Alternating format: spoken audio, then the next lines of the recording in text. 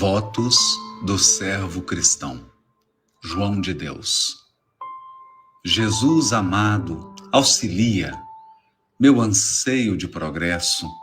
Sou teu servo cada dia, outra graça não te peço. Recuso o reino mesquinho, do mal que ensombra e governa. Sou grão de pó no caminho de tua grandeza eterna. Ofereço-me, Senhor, com todo o meu coração, ao teu serviço de amor, de paz e consolação. Sublime e celeste amigo, se o charco lírios produz, eu quero seguir contigo na glória da tua cruz. Sou teu servo, não disputo, maior e mais santo bem. Dou-me a ti cada minuto, hoje, agora, aqui, além. Subirei montanha acima, és meu credo e minha igreja. Que o teu amor me redima, agora e sempre, assim seja.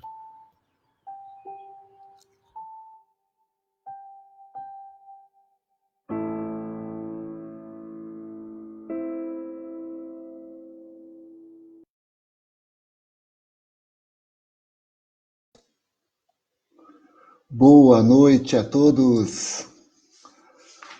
Tudo bem, pessoal? Estamos aqui mais uma vez. Boa noite, Juliano. Tudo certo? Boa noite aos amigos que estão conosco, que já estão chegando aqui na nossa transmissão. E mais uma atividade virtual, né? Do nosso Centro Espírita Allan Kardec. E hoje estamos juntos com amigos de outro Centro Espírita, o Centro Espírita Missionário da Luz, lá de Pirassununga.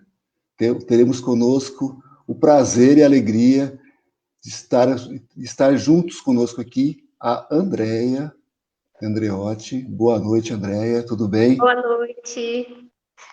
Tudo tranquilo? Tudo tranquilo, obrigado pelo convite, é um prazer estar aqui com todos vocês. Prazer é nosso e nós agradecemos ter aceito o convite. E além da Andréia, nosso querido Acácio. Boa noite, Acácio. Boa noite, honrado pelo convite. A honra é toda nossa. Já temos aqui o boa noite do Zé Maria de Campos, da Cleonice, e o pessoal vai chegando na nossa transmissão. Antes da nossa prece inicial, para começarmos de fato a nossa conversa de hoje, que é a nossa 10ª conversa espírita, nós queríamos fazer um convite a todos vocês. No próximo domingo, às 10 da manhã, nós vamos ter esse seminário com a Ana Teresa Camesmie, lá do Rio de Janeiro, com o tema O Poder Terapêutico da Gratidão.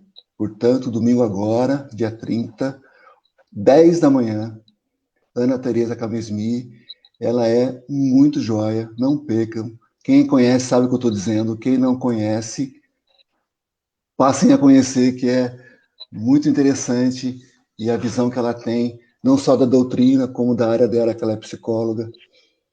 Muito boa. Conhece, Andréia? Conhece a Cássio? Ana Teresa, né? Eu já assisti palestras dela, sim.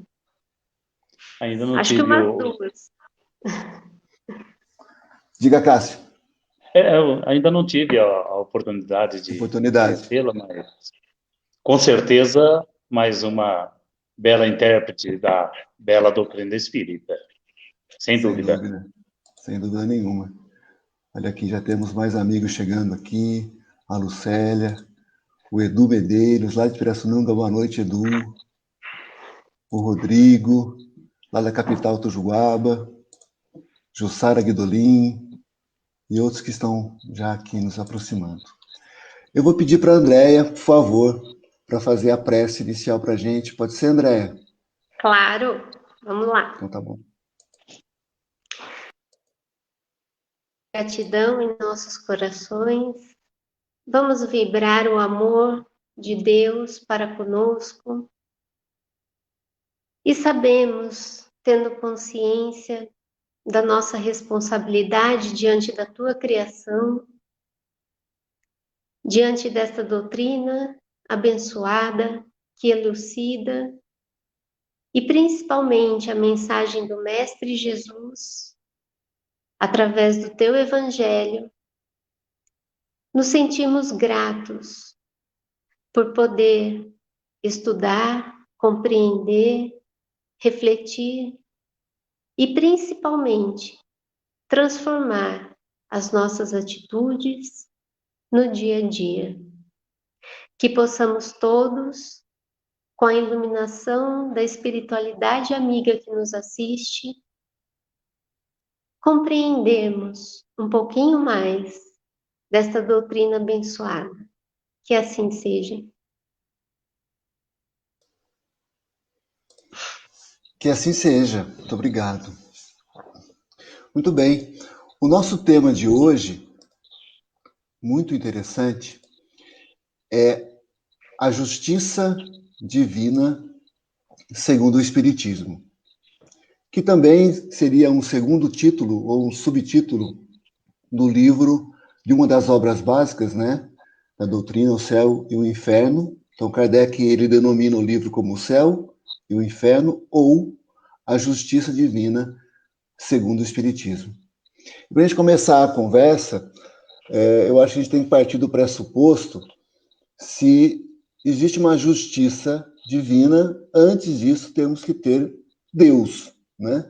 O nosso Criador, o nosso Pai amado, como nos ensinou Jesus, para que depois passamos a analisar a questão da justiça divina. E aí, para a gente poder pensar um pouquinho, eu estava ouvindo outro dia uma palestra da Anete Guimarães, em que ela começava um raciocínio assim: bom, Deus é onisciente, ele é onipresente, ele é a inteligência suprema, como nós aprendemos com o Espiritismo, ele sabe tudo, ele está em todo lugar, ele é eterno, ele é imaterial, ou seja, temos vários atributos, né, Cássio? A gente poderia listar de Deus. Mas se Deus é onisciente, onipresente, sabe tudo, como explicar, por exemplo, a existência do mal, já que Deus também tem um outro atributo, que ele é soberanamente justo e bom. Porque se ele é o bom, se ele é totalmente bom e sabe tudo e está em todo lugar, como explicar a existência do mal? E ela constrói um raciocínio que vai nos levar à conclusão de que o mal existe ou o mal não existe. O que seria o mal?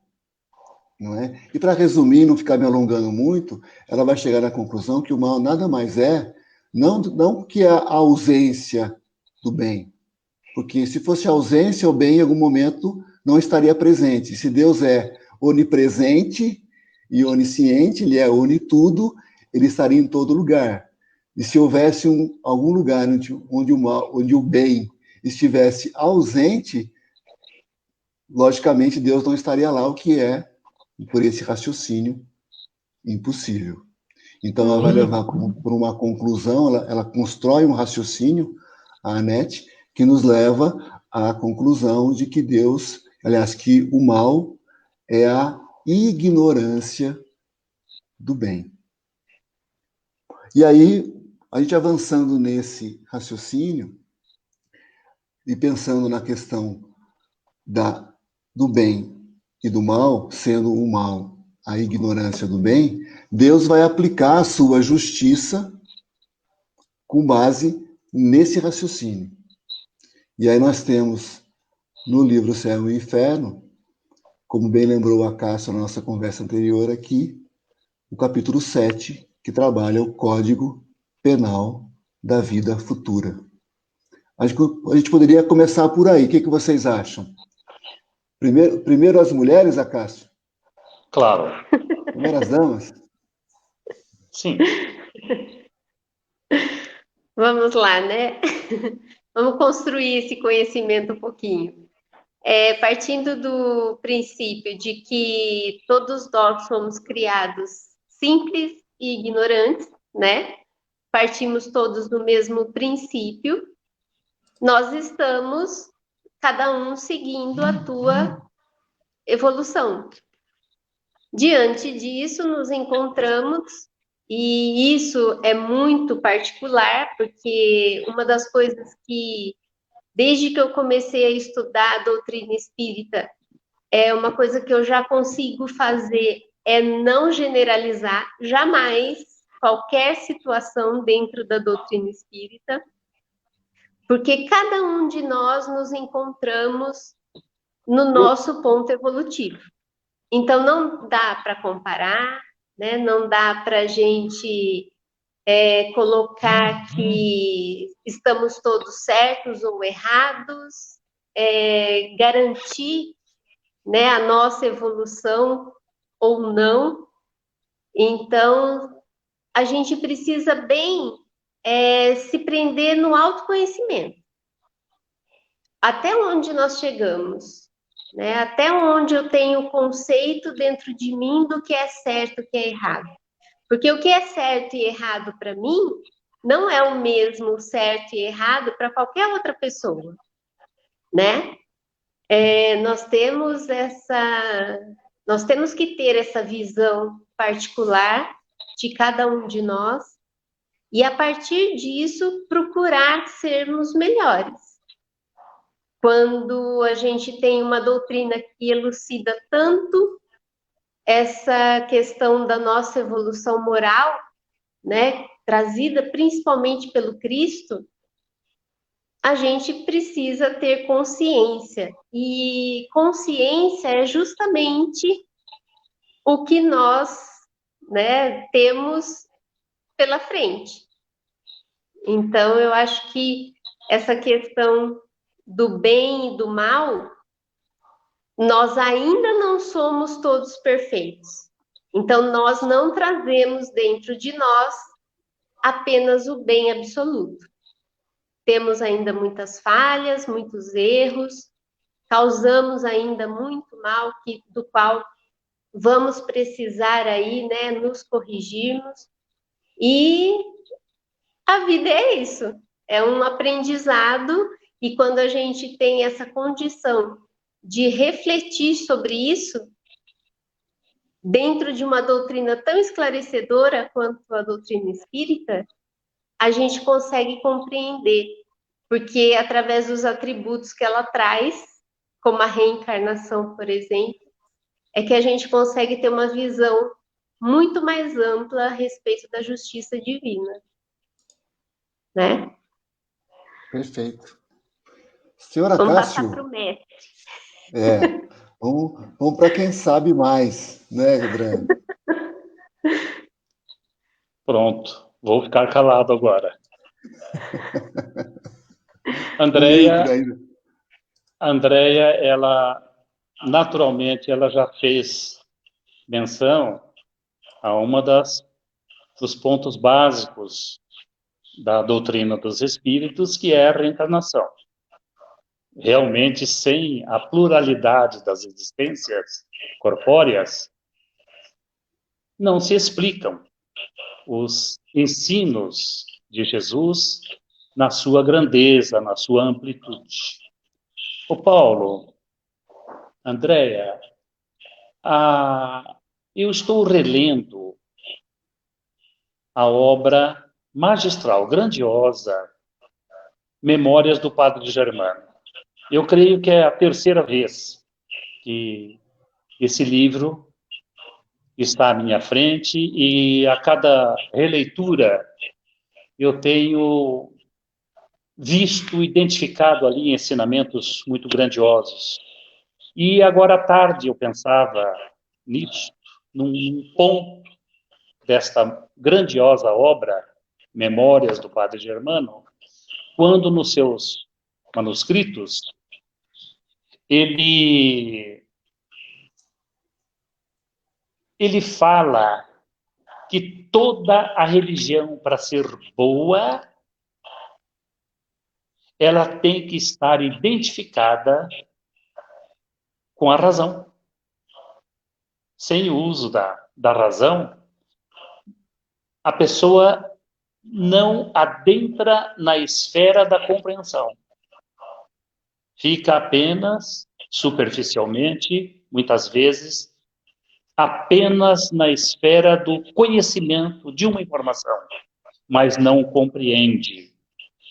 E sem a compreensão, ele sentirá dificuldade para adentrar na grandeza dos ensinos de Jesus. Especificamente, no tema proposto para hoje, para esse encontro, a questão das penas, das recompensas, e mais especificamente, esse último subtítulo do capítulo 7 da obra Céu e Inferno, primeira parte, é muito importante esta conscientização. A compreensão, adentrar no campo da compreensão, porque a parte mais importante e mais atraente e mais convincente, Kardec se encarrega de fazer para nós. Ou seja, em 33 itens, ele nos conduz de uma maneira racional a adentrarmos nesse campo da questão das penas, das recompensas, na vida espiritual e, de um modo especial, na vida material, aqui encarnados. É isto. Por enquanto. Por enquanto, lógico. Muito bem, muito bom. Eu acho muito legal a gente refletir essa questão. André frisou a reencarnação, o Acácio frisou a questão do uso da razão, levando à compreensão. E são princípios da doutrina, né? A reencarnação como um dos pilares da doutrina espírita, a fé raciocinada como um outro princípio muito importante. E eu estou dizendo isso por quê? Porque hoje, com as mídias sociais, a gente atinge, às vezes, um público que não é tão familiarizado com a doutrina espírita e com os princípios dela, né? E, nesse escopo, é importante a gente colocar que quando o Acácio cita ali o céu e o inferno, né, no seu capítulo 7, Kardec ele vai listar 33 itens, 33 artigos, como ele está falando, ele chama de Código Penal, né? A gente pode levar para o direito, então são 33 artigos em que ele vai estabelecer penas e gozos, né? Consequências que têm a ver com a lei divina. Agora, um outro atributo de Deus, que também é princípio da doutrina espírita, é que Deus é justo e bom. Não é que Deus é justo, às vezes, e é bom em outras vezes. Não. Deus é justo e bom junto, sempre, de forma concomitante, não é? Que é uma coisa que nós temos muita dificuldade de compreender. Porque se a gente olha para uma ação de alguém e quer aplicar a justiça, a gente pensa logo numa penalidade, e aí estaríamos nós excluindo a bondade. Se eu, na mesma situação, penso em agir com bondade, eu imagino estar agindo sem justiça, não é? Só que Deus tem os seus mecanismos e a sua inteligência suprema, e ele tem essa capacidade de ser, ao mesmo tempo, justo e bom. E o exemplo melhor e maior, talvez, dessa bondade e justiça sendo usado de forma conjunta, tem a ver com o princípio que a Andréa citou, que é a reencarnação. Porque Deus, quando nos dá o princípio da reencarnação e nos permite reencarnarmos tantas vezes quantas necessárias para que nós possamos fazer o nosso progresso evolutivo, ele está agindo com justiça e, ao mesmo tempo, com bondade, não é? Exatamente. Então, eu acho que a gente poderia seguir por aí. Vamos lá. A ideia que muitos de nós trazemos, até mesmo porque a maioria dos espíritas atuais vem de uma outra religião, né? Então, nós temos no nosso íntimo uma ideia de Deus punitivo, aquele Deus inquisitor, né? Que Deus quis assim, é assim e pronto, acabou. Quando a gente passa a compreender, né, a questão de, já lá no tempo de Jesus, quando Jesus já tira aquela ideia do Deus inquisitor, vamos dizer assim, para a ideia do Pai, a gente consegue hoje compreender Deus de uma maneira muito mais natural. A gente quebra aquele paradigma de que Deus, né, com um cajado, um tridente, não, entendeu? Querendo fazer justiça, e não é assim, né? Deus, primeiramente, é bondade, porque Ele é amor. E como que Ele nos ama? Respeitando a sua criatura. Respeitando de que forma?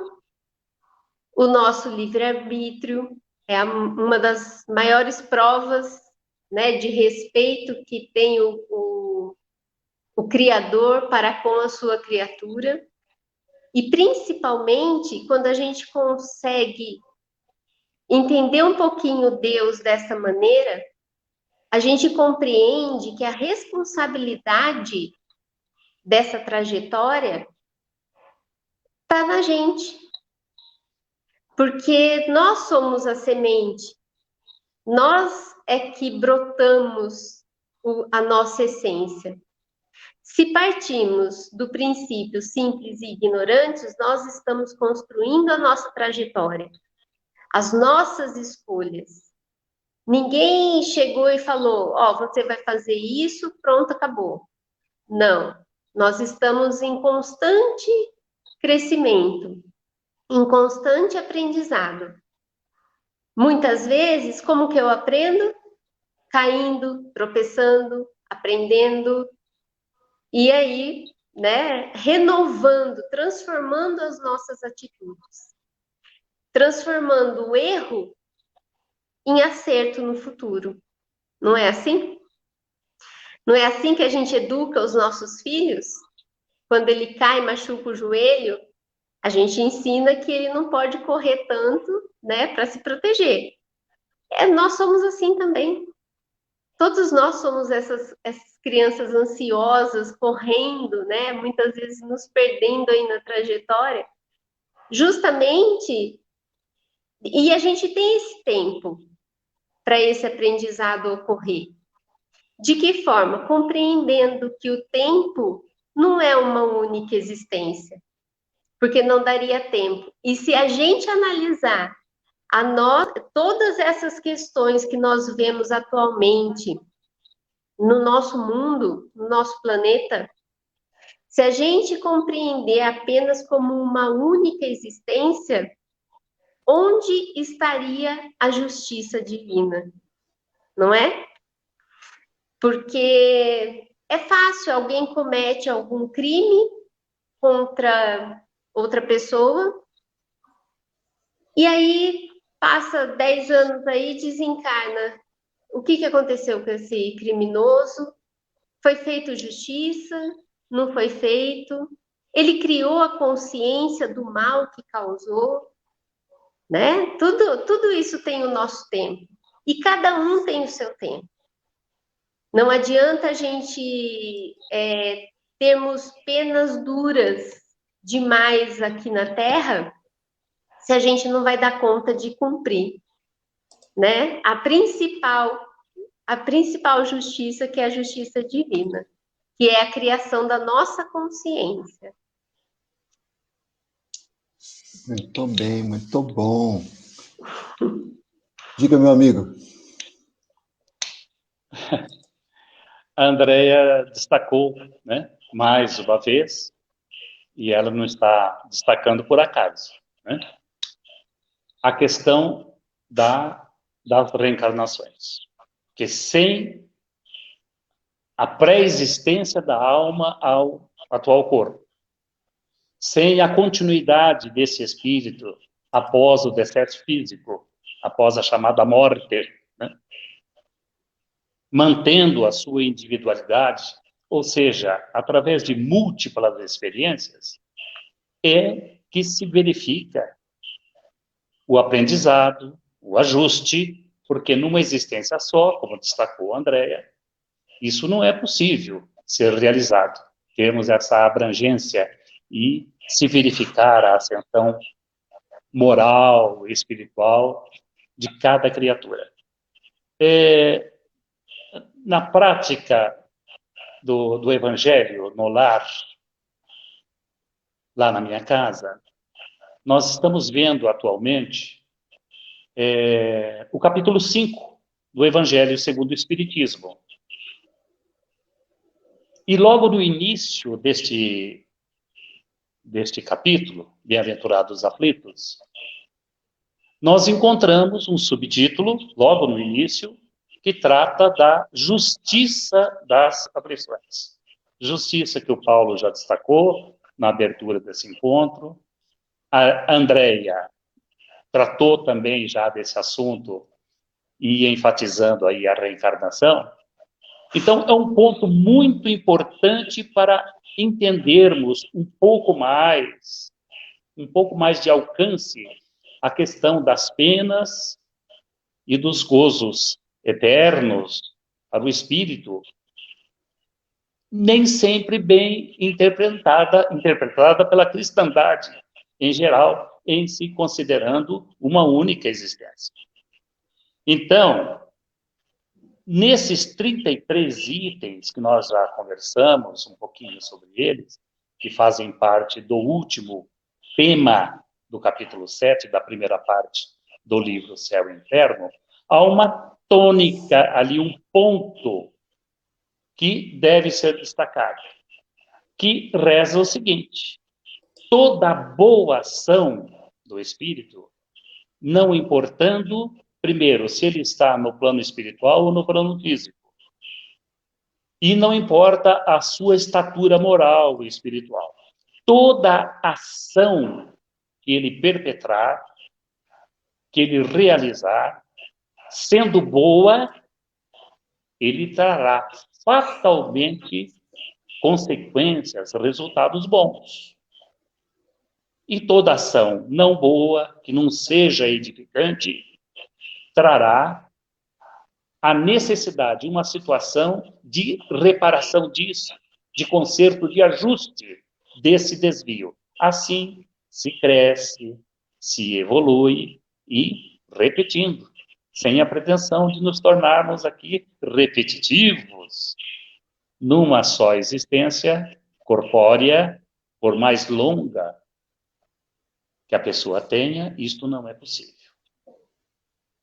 Paulo, Andrea, vem-nos à mente a questão 169 do Livro dos Espíritos. Já falamos do Livro dos Espíritos, falamos agora, Evangelho segundo o Espiritismo, Céu e Inferno, são as obras básicas da doutrina espírita, que requerem de nós estudos constantes.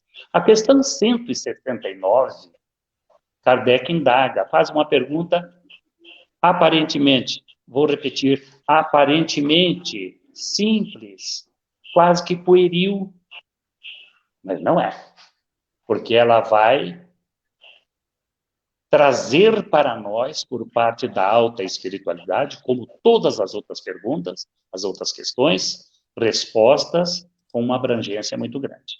Kardec pergunta se o número de encarnações é o mesmo para todas as pessoas. Todas as pessoas têm um determinado número de encarnações e, por extensão, nós entendemos, é o mesmo número de encarnações para as pessoas aqui na Terra? Resposta: não. Mas o foco principal não é o sim e o não. É o que vem em seguida. Então, os espíritos, os luminares da espiritualidade, respondem que não é o mesmo. Por que que não é o mesmo? Porque uns se adiantam, se poupam de certas situações, espírito de renúncia de um, comodismo de outros, fazem com que esse número de reencarnações seja diferente. Contudo, e aí está o número de encarnações para todos é muito grande, porque o progresso pode-se dizer que é quase infinito.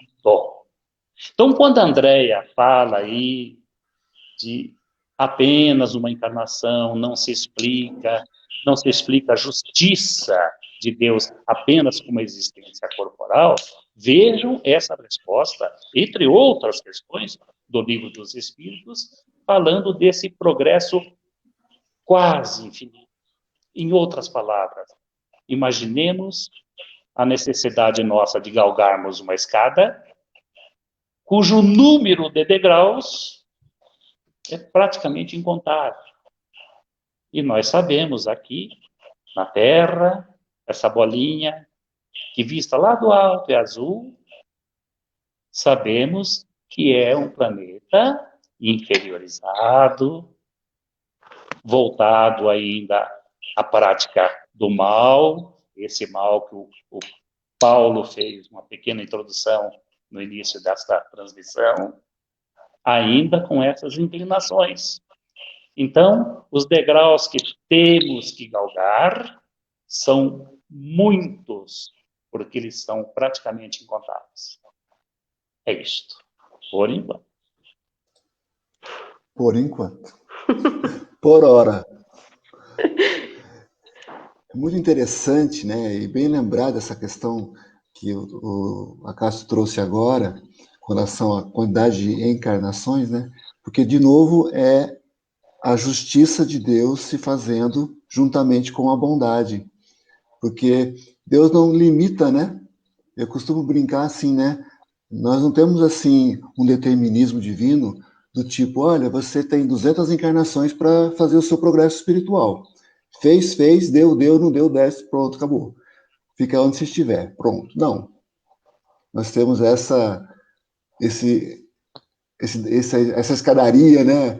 Que é o símbolo metafórico da escada de Jacó, né? Que a gente vai subir essa escada e aí, se a gente poder fazer uma analogia que cada existência, cada encarnação, reencarnação é um degrau, enfim, a gente possa fazer analogias, né?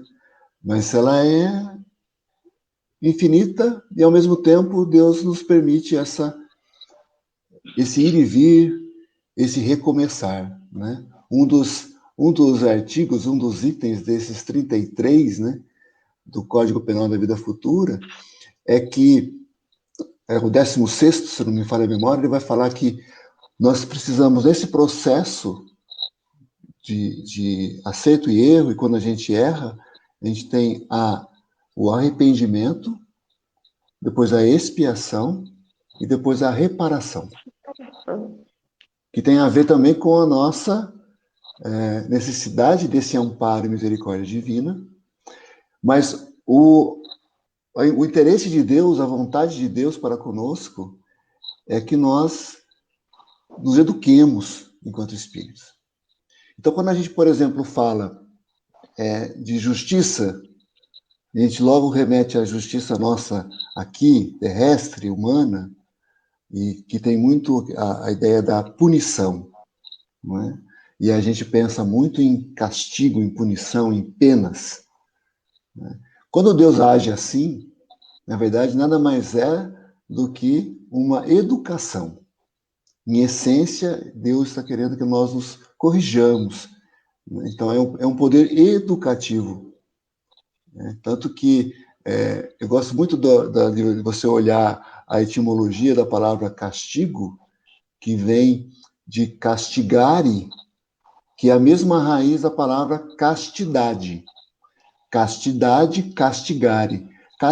Castidade no sentido de pureza. Então, a palavra castigo, que vem de castidade, que está ligada à castidade, em essência não é punição, mas é purificação. Não é? Então, é esse olhar divino, bondoso, misericordioso, justo e bom, que a gente tem que ter. E aí eu acho que um ponto importante desse desse olhar para a justiça divina, que a gente poderia trabalhar aqui, é a questão da inexistência das penas eternas, não é? Que, para muitas religiões, para muitos conceitos religiosos, ela existe. E em doutrina espírita, não, né? O que você acha, André? Paulo. Oi. André, daria um pedacinho bem pequenininho para mim? Eu fiz menção agora há pouco da obra Evangelho segundo o Espiritismo, capítulo 5. Falei logo no começo da justiça das nossas aflições. O Paulo fez referência já em justiça e amor. Deus é justo e bom. Muitas vezes a gente não entende muito bem isso. E a doutrina racional, clara, nos fala que se sofremos, estamos numa pandemia, meus amigos. Se estamos sofrendo, temos restrições, este sofrimento é justo. E, ao mesmo tempo, através do perdão de Deus, misericórdia de Deus, permite que repassamos esses caminhos em quantas encarnações forem necessárias. Então, vemos aí a justiça de Deus pelos erros que temos perpetrado em várias existências corpóreas e a oportunidade que Deus nos oferece de refazermos esses caminhos nesta busca da condição de bem-aventurados, de espíritos plenamente felizes. Pronto. Andréia, obrigado. Fazendo até um link aí ao que você disse, Cássio, é muito interessante quando a gente tem uma confirmação através de Jesus com relação a todos esses conceitos trazidos tão bem pedagogicamente elaborado, né? E minuciosamente colocado pelos espíritos para Kardec, quando Jesus, lá no Sermão da Montanha, Sermão do Monte, a quarta virtude, que seria os bem-aventurados, os que têm fome e sede de justiça. Nós sabemos que Jesus utiliza desse discurso, nesse sermão, muito bem colocado e muito bem estudado, hoje compreendido, que se trata de uma evolução, né? Cada bem-aventurança vai se completando.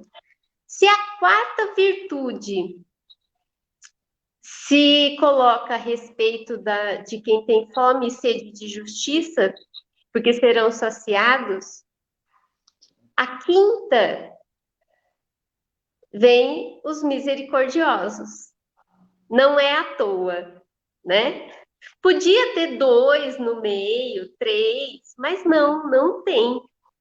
Então, a gente compreende aí, é até uma afirmação para mim, no meu coração, de que Jesus trouxe todo esse conceito para a gente há 2000 anos e muito bem esclarecido, né? E a gente tem esse tempo tão respeitado da nossa evolução, porque pedagogicamente a gente sabe que criar consciência não é fácil. Não é em uma encarnação que teremos a consciência plena de tudo que somos. Então, nós temos um tempo aí, nós sabemos, nós precisamos até respeitar um pouquinho esse tempo nosso, porque quando a gente vai com muita sede ao pote, a gente acaba morrendo de sede, né? E a gente não consegue chegar até a água. E isso, a gente sabe que de uma falta que fizemos, seja aqui agora, nessa existência, ou no nosso passado, até nós criarmos a consciência do prejuízo que causamos a outros irmãos, e até chegar ao ponto de reparar essa falta, é impossível em uma única existência. Porque se trata de consciência. E a gente sabe que consciência, ela se constrói gradativamente de acordo com as nossas existências, né? É a mesma coisa a gente querer comparar, por exemplo, a educação, né? A educação no geral dos nossos filhos. A gente consegue comparar o que uma criança sabe porque ela está na mesma idade, a outra sabe a mesma coisa? Não. Cada um tem o seu tempo. O espírito é assim também. Cada um de nós temos o nosso tempo e os nossos limites de aprendizado, as nossas consciências. Então, isso é uma questão que é muito particular, né? E a questão de que Jesus traz essa possibilidade da gente compreender o Sermão do Monte, que é um manancial de conhecimento ali, né, implícito, e que faz a gente refletir sobre a nossa própria evolução.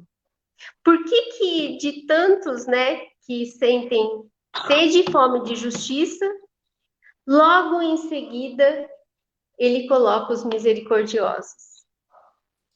Será que não é para a gente aprender um pouquinho, né? A questão do perdão? Aí... Legal também, o Acácio citou, Andréia, o capítulo 5, né? E da mesma forma que você está dizendo que na sequência das bem-aventuranças, depois da quarta, ele traz na quinta a questão da misericórdia. No Evangelho segundo o Espiritismo, quando Kardec traz as bem-aventuranças para Exatamente. a obra, né, ele começa com a bem-aventurança, bem-aventurados os aflitos, que o Acácio citou. Aí no 6º capítulo ele vai falar sobre o Cristo Consolador, e depois, a partir do 7º, ele volta com as bem-aventuranças. Então, veja, por que ele não colocou tudo na sequência, né? Ué, por que ele não falou as bem-aventuranças tudo já numa tacada só, um capítulo após o outro? Por que ele colocou, depois do 5º, no 6º, ele coloca o que Cristo é o Consolador. Cristo Consolador, né, Paulo? Não é? Então, é essa misericórdia, né? É a misericórdia entrando lá no Evangelho também, quando vamos falar de aflições, Nossa. Vamos, mas vou falar depois de consolações. E aí ninguém melhor do que para nos consolar do que o Cristo Consolador, né, Cássio? Exato. Ô, Paulo, você há pouco, você fez menção... Aliás, Andréia, você abriu aí o Sermão da Montanha, né? E eu percebi você falando assim, o Sermão da Montanha, esse, acho que manancial que você falou, essa grandiosidade, algo assim. Andréia,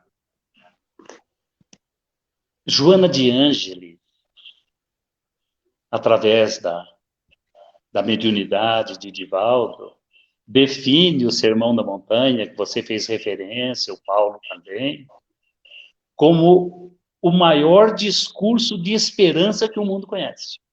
Exatamente. Nada se equipara, exatamente, nada se equipara ao Sermão da Montanha. Mas, Paulo, agora há pouco, eu ouvi e vi você pronunciar o número 16,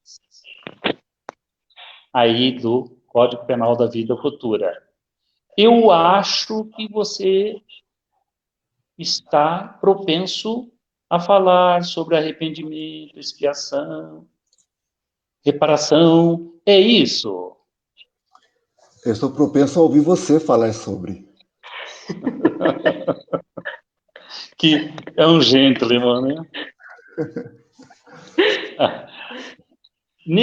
A partir aí do item 16, o Paulo já repetiu várias vezes, são 33 itens, né? Uma condução esplêndida, belíssima, feita pelo escritor Kardec, pelo filósofo Kardec, pelo espírito missionário, o educador Kardec. Né? É uma condução belíssima, sempre com a moldura o tempo todo, da razão o tempo todo.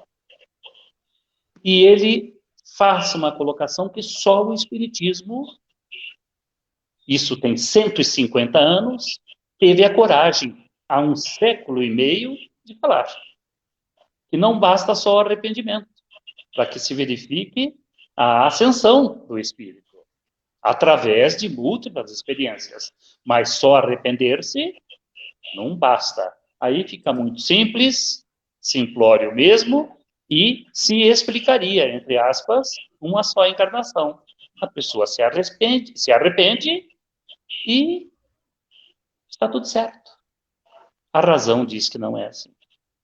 Então, existem os outros momentos, outros procedimentos que Kardec, sabiamente, traz para nós, dizendo que não basta apenas o arrependimento. É a porta de entrada.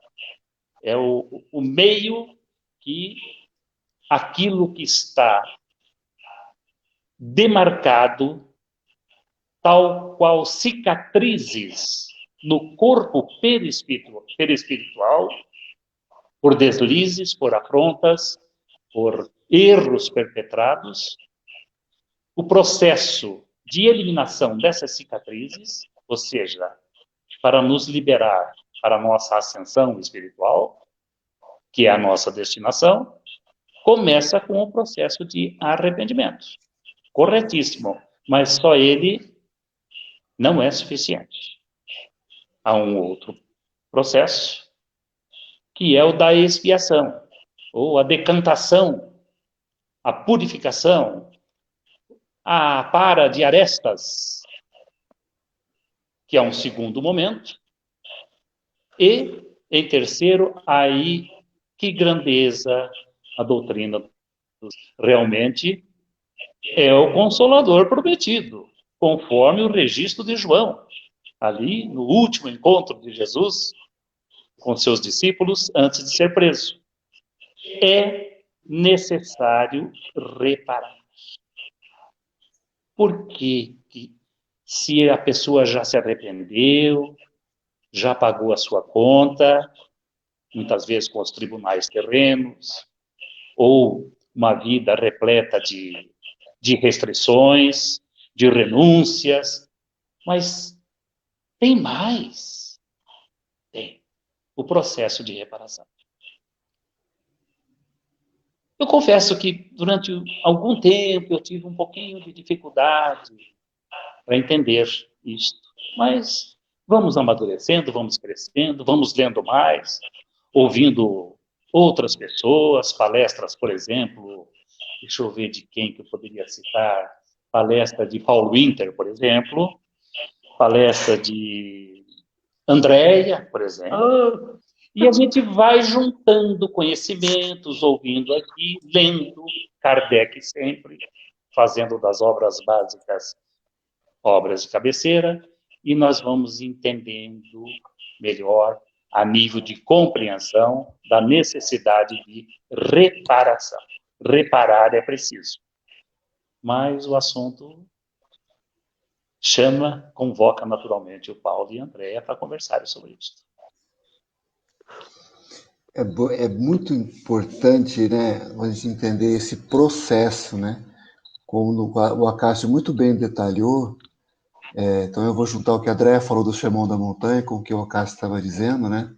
A primeira bem-aventurança, bem-aventurados os pobres de espírito, né?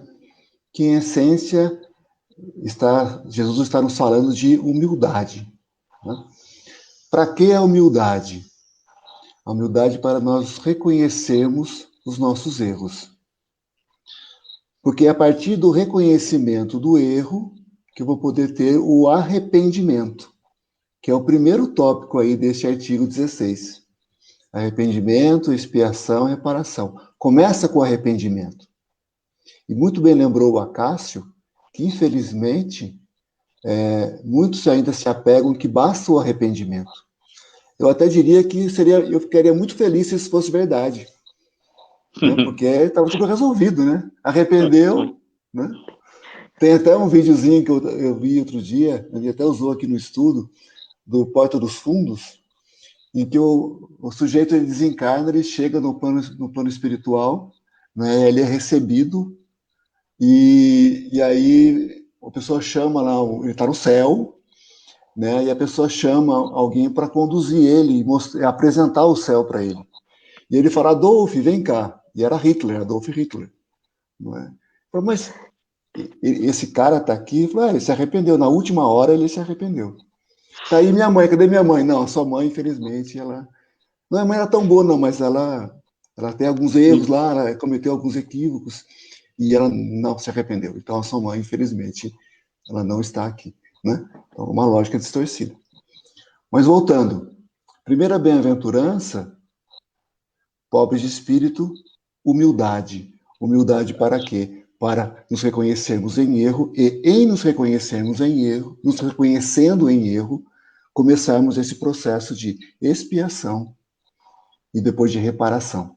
E aí a gente pode colocar isso para pequenas coisas e para grandes coisas, para pequenos erros e para grandes erros, não é? Então, por exemplo, a gente às vezes age intempestivamente, fala intempestivamente, né? E quando você se dá conta de que errou, é humildade, nos falando assim, não dava ter falado isso, ou feito isso, você se arrependeu. A expiação, onde mora? Mora quando você fica, mas por que eu fiz isso? Eu não devia ter feito isso, meu Deus do céu, por que eu fiz isso? Não sei o que, não sei o que, não sei o que. E a reparação vai morar quando você chega para a pessoa e fala assim, fulano, me perdoa, me desculpa. E você fechou o ciclo. Isso por um exemplo mais simples, mas às vezes o erro é maior. E aí a reparação, a expiação e a reparação também demandam muito mais esforço e muito mais tempo, né? Eu compreendo essa questão da reparação da seguinte forma: de acordo com o grau da falta, né, seja ela grave ou menos grave, a reparação vai ser proporcional.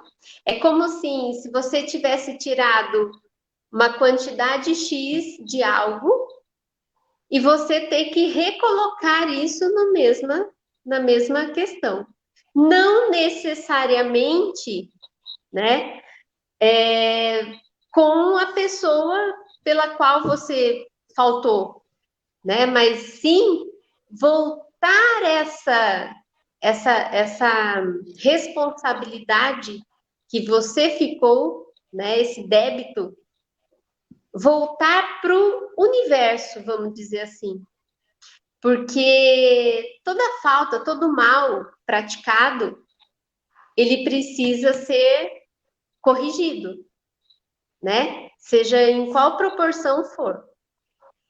Então, como é que o mal, né, perde a sua força? Com a prática do bem, não é? Então, a gente precisa pensar que, dependendo da falta, o bem deve ser feito ou para uma determinada pessoa, ou para aquela mesma pessoa, ou para uma coletividade. Mas essa falta, você vai um dia chegar a reparar. Quando? Quando você tiver consciência dessa falta que você cometeu. Porque não adianta hoje a gente pensar, por exemplo, nos crimes mais hediondos que nós temos aqui, né? Tão atuais, infelizmente. A consciência da pessoa que pratica um determinado crime nesse grau, hoje, ela não tem consciência, de repente, do mal que ela causou. A consciência correta do ato praticado. Então, não tem como se cobrar dela. Ela não vai ter um entendimento do que ela fez na sua totalidade.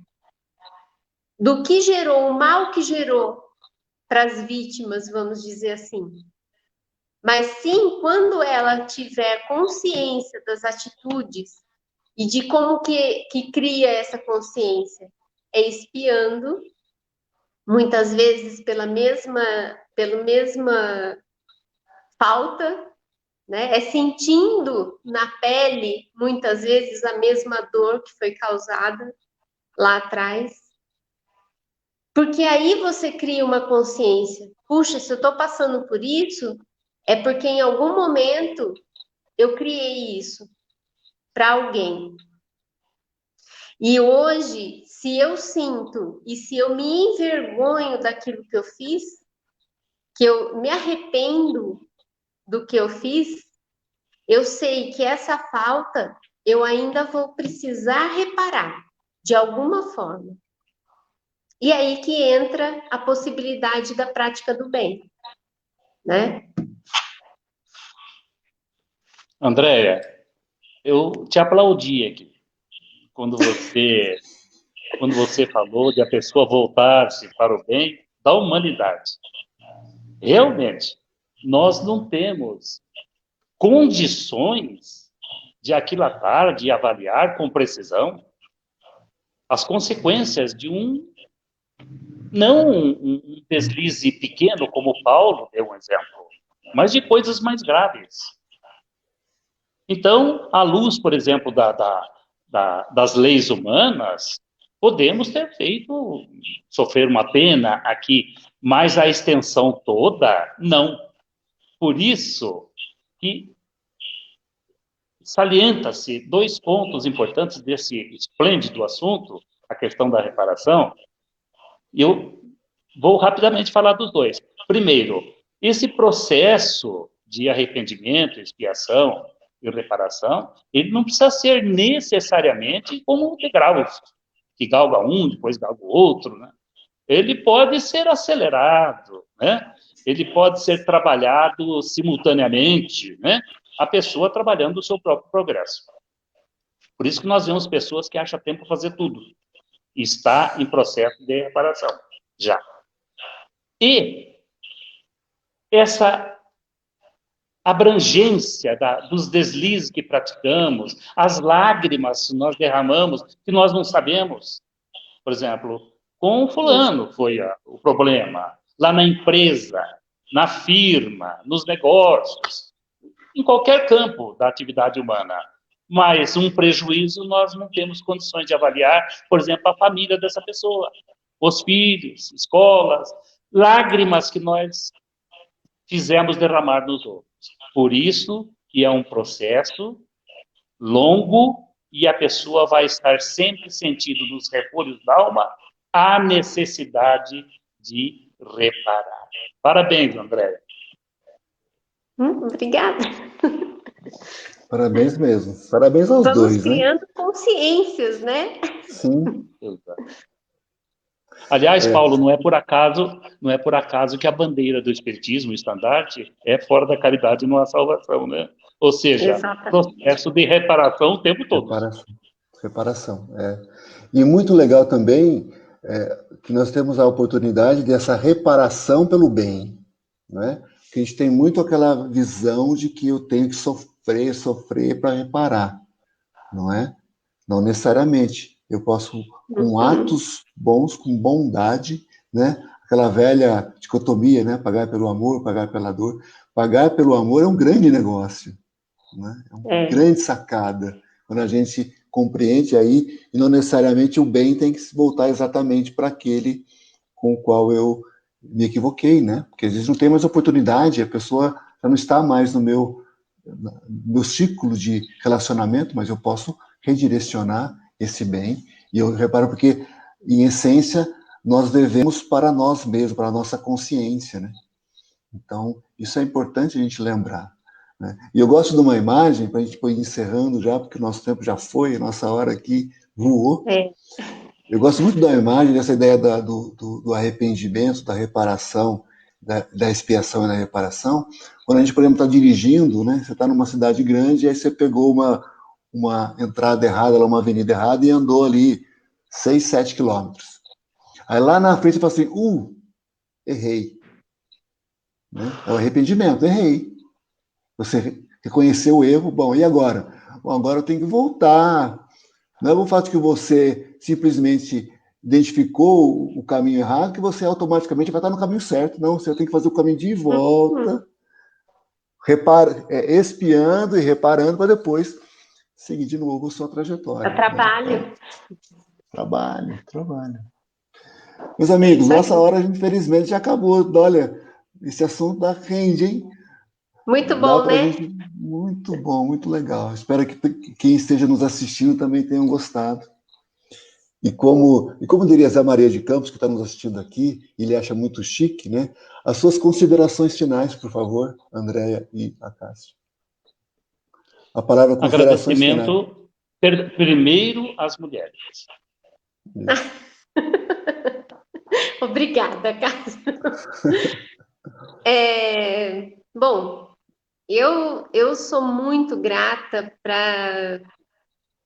por essa doutrina, sabe, que esclarece tanto, e quanto mais a gente consegue encaixar todas as pecinhas aí, né, a gente vai vendo que mais ainda se concretiza, né, essa consciência nossa de que a gente precisa ser humilde, sim, em saber que nós estamos numa caminhada e que não sabemos tudo, somos ignorantes ainda, e que, principalmente, porque se a gente não se reconhece como simples, a gente não consegue dar a margem para o aprendizado.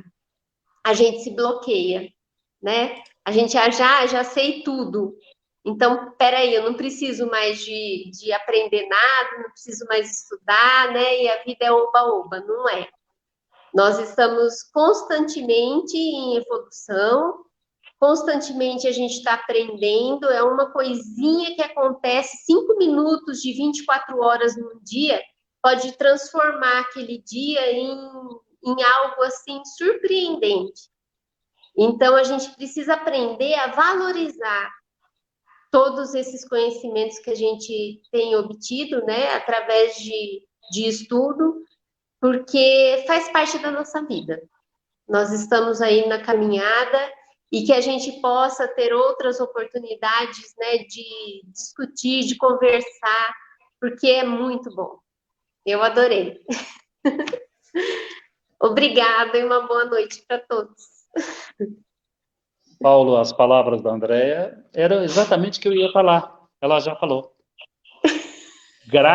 Gratíssimo pela oportunidade. Muito obrigado, de coração, Paulo. E uma boa noite a todos que acompanharam conosco essa transmissão. A gratidão é toda nossa. Eu também adorei. Eu tenho certeza que aqui pelos comentários aqui no chat também o pessoal adorou. Mas, Acácio, o trabalho não acabou, você vai fazer a prece final para a gente, meu amigo. Agora? Por favor, já. Obrigado, Senhor Jesus. Obrigado, amigos espirituais, por esses momentos. Aprendizado, reflexões. Muito obrigado. Obrigado, Centro Espírita Allan Kardec, Conchal, pela iniciativa. Como disse o Chico, a missão fundamental da Casa Espírita é a de difundir o Evangelho de Jesus com a maior simplicidade possível. Obrigado, amigos espirituais, obrigado, Conchal, Allan Kardec, nossa casa irmã, por difundir o Evangelho de Jesus com esta simplicidade dentro de uma proposta tão séria, Evangelho em nossas vidas.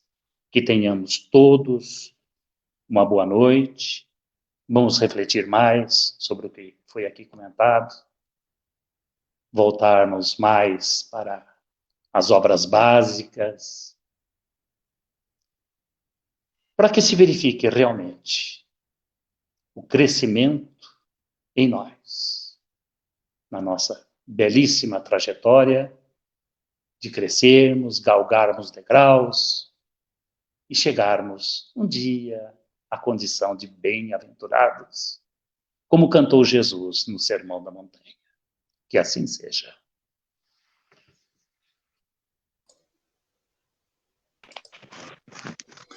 Que assim seja. Que maravilha. Pessoal, muito obrigado mesmo. Obrigado, Acácio. Obrigado, Andréia. O Acácio fez uma colocação ali que eu acho perfeita. Essa nossa casa irmã, que é o Missionário da Luz. Tantos amigos que lá acolhemos. Uma gratidão enorme por isso. Assim como tantas casas aqui na nossa região que a gente vai se irmanando. E graças a Deus, essa doutrina nos permite também, além de todo o ensinamento e toda a visão, né, que ela nos proporciona colhermos amigos em diferentes cidades, diferentes locais e casas espíritas.